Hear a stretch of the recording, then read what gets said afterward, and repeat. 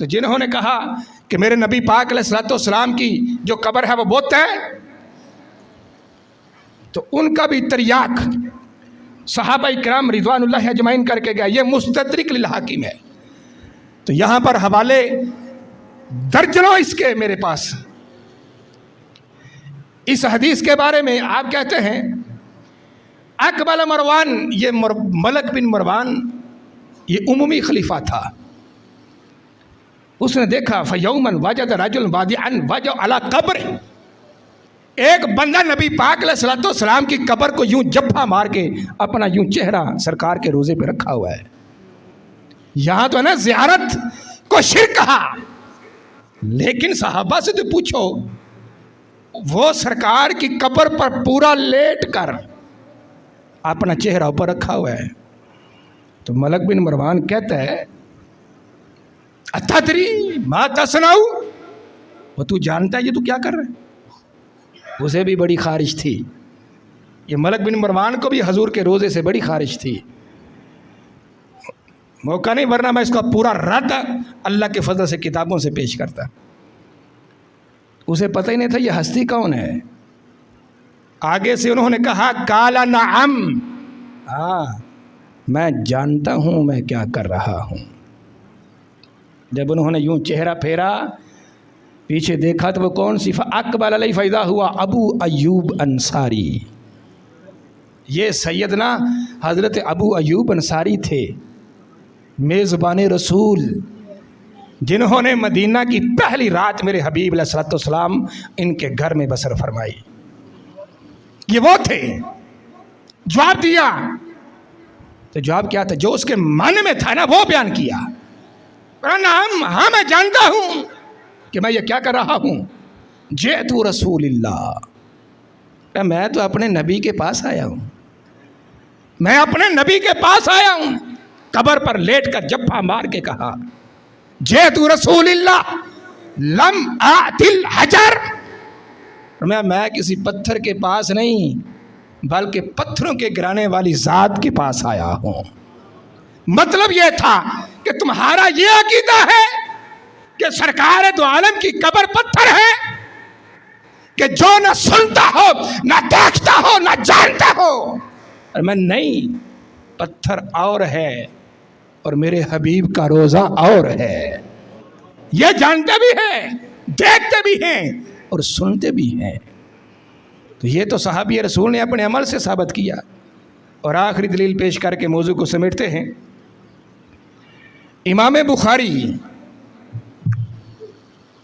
یہ ان کی کتاب ہے امام بخاری کی، بخاری شریف. امام بخاری نے پورا باب باندھا کس پر؟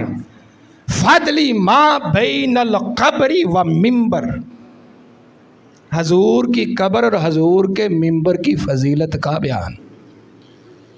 تو میں کہتا ہوں امام بخاری کو نہیں پتہ چلا؟ امام بخاری یہ تو لوگ اس کو شرک کہتے ہیں، آپ اس کو اللہ کا فضل کہتے ہیں. آپ کہتے ہیں میں نے تجربہ کیا نا. جب بھی امام بخاری حدیث لکھنے بیٹھتے تھے، حدیث کی قرأت سرکار کے روزے پر کرتے تھے.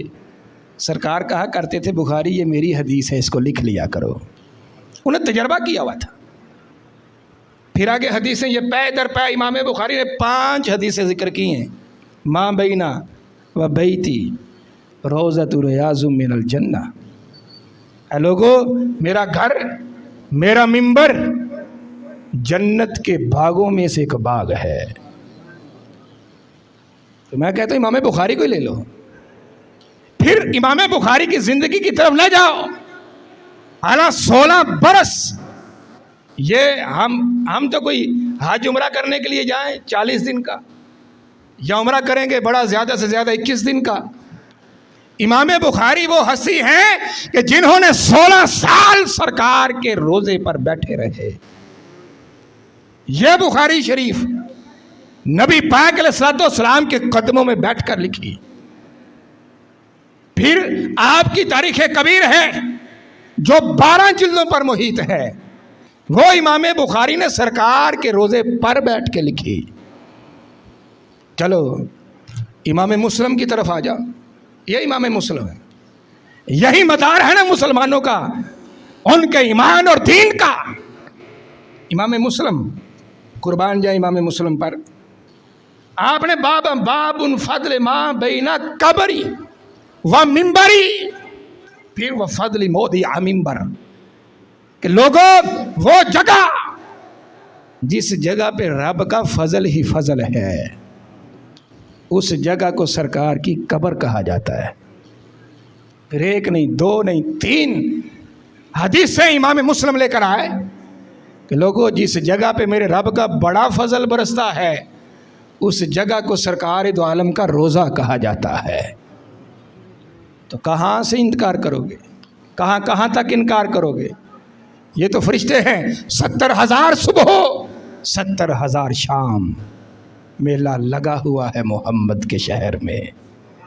یہ تو کوئی زمینی تحریک نہیں، اگر یہ ہوتی تو یہ کب کی بد ہو چکی ہوتی، لیکن یہ تو عرشی تحریک ہے، جہاں پر فرشتے بھی ڈیوٹی دے کر اپنے پروں سے سرکار کی قبر کی صفائی کیا کرتے ہیں۔ تو حضور علیہ السلام نے کہا جو میرے روزہ پر ایک بار آئے گا، میں قیامت تک وہ پھر دوبارہ یہاں پر آ نہیں سکتا۔ میں یہ تو میری امتی ہیں، یہ امتی ہیں، کئی بار بلائے جاتے ہیں۔ اللہ تعالیٰ سے دعا ہے کہ خالق کائنات جنہوں نے بھی سنا اور جتنے سن رہے ہیں، اللہ تعالیٰ ہم سب کو بار بار کعبۃ اللہ روضۃ رسول اللہ کی زیارت نصیب فرمائے، آمین ثم آمین۔